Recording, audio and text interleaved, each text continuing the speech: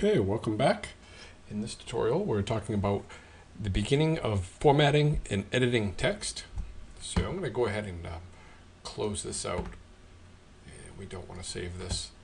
And we'll go ahead and choose a new document. In this case, I need to choose some kind of report or letter, something that has a fair amount of text in it.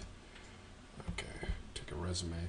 Okay, in this case, we have some text that's already formatted. We can see here there's some lists, there's bold, there's text boxes, and I'm going to go through each one of these and explain what these are.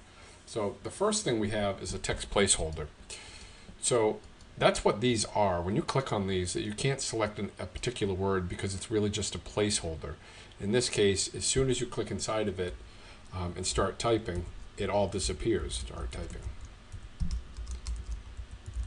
So there's nothing to worry about. It holds the place for where the text goes.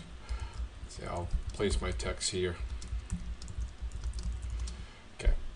So you can fill that up and everything else will move around in line. Now, I should point out there's two types of text here. In one point, there's inline text, which is what this is inside of this resume. There's also a text box. So the text box is on the outside here. You can see when I know that because when I click on these, I get these little those little grab handles, and I can kind of move them around. And this is free and independent from the rest of the text in the line. Now, text wrap is happening here, and I'll talk about that in a little bit, but because it's bumping the text out of the way. But you can turn that on and off. So if you wanted to put a text placeholder in there, you can do that by selecting the text and formatting the text as advanced and define as text placeholder.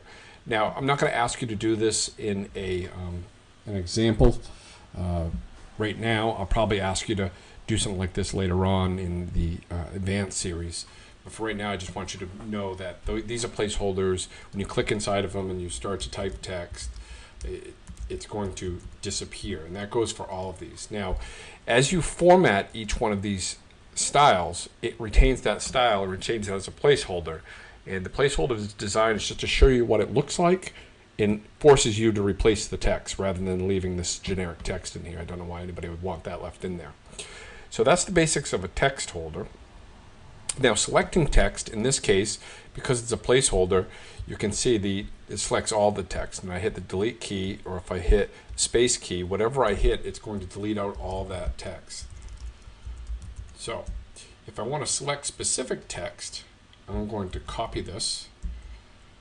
And I'm going to paste it in a few times so we can show you some of the text here. I'm going to go ahead and copy the whole paragraph now. Whoops, Control-Z, copy. Okay. So now I've got some text here. Let's go ahead and put in a paragraph, a couple paragraph breaks, so that way we can see the changes. Now, when you select text inside of a paragraph, to double click in will select a word. A single click will put the cursor in that place. So if I can zoom in here, really try to show you what this looks like here. You see the blinking cursor right here. Now if I click on the other side of all, I'll click one time, there's the cursor. The cursor's there blinking. Now if I click in between the A and the C here, I can zoom in a little bit more to show you. Great. Between the A and the C here, I'll click, and there's the cursor. It's blinking. Now this little, it's not an arrow anymore because I'm over text. It's actually an insertion bar. So if I place that over a word, let's say text here, and I double click, it selects the whole word. Now I need to zoom out to show you the rest of this. So if I want to select here, I can hover over here, double click, and I select here. Now, if I go to a new line and I triple click, clicking 3 times in rapid succession, that allows me to select all the text in that paragraph. Now, a lot of teachers get frustrated because they come up and they click quick and they want one word and the whole paragraph gets selected. But that's the case. It's 1 click to insert, 2 clicks to select a word, 3 clicks selects the whole paragraph. And in some applications, 4 clicks will select all the text. In Apple, you just whoop, let go of that. There we go. You just drag the cursor down, you can select all the text. Now another option is if you've got some text selected and you want all the text on the page because you want to delete it or move it, you can do Apple A, and you can see here it's selected all the text. Another way of doing that same selection is to go to Edit, select all, and it's selected all the text. Now the final piece I want to show you is if we have this paragraph selected, let's say all 3 paragraphs selected, and we didn't want this word here selected, well, we don't have to reselect that. If we hold the Shift button down, we can go back and take text off, and we can go forward and add more text. So if we wanted to select half of this paragraph, I'll put the insertion bar in front of all, go to about the halfway point, hold the Shift key down, and sure enough, half the paragraph selected. Now there are more advanced ways of selecting, but that's all I'm going to cover in this basics tutorial because I need to move on to some other pieces, especially formatting text, which is our next topic. So here we have the text, and I'm going to go ahead and triple select, so I select the paragraph. We have a couple options for formatting text.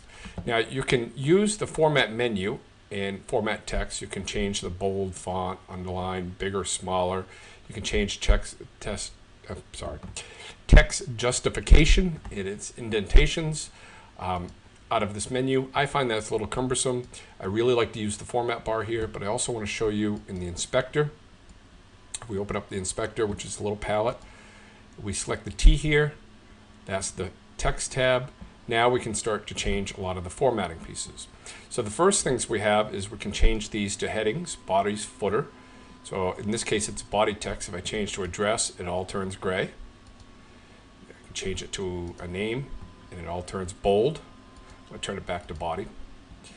We can change the capitalization and strike through, underline. And we can also do underline, bold, and italicize by these buttons right here. So we have bold is B, italicize, and underline. And there's also shortcut keys, which is Apple B. And Apple B turns it off. And then italicize, Apple I, and Apple U does underline. Okay, so that's underlining, italicizing in bold. Again, it's on the buttons here. We can choose it from the drop down here by making things emphasis with bold. I should point out that this is slightly different than the buttons in that these are really HTML formatting features, and emphasizing something is that's an HTML term. So this is a shortcut if you just wanted to use it as a bold option. So that's all for this tutorial. Come on back. I believe there's 2 more parts to the text formatting, and we're going to cover fonts and styles, and also font size and color and whatnot. So come on back.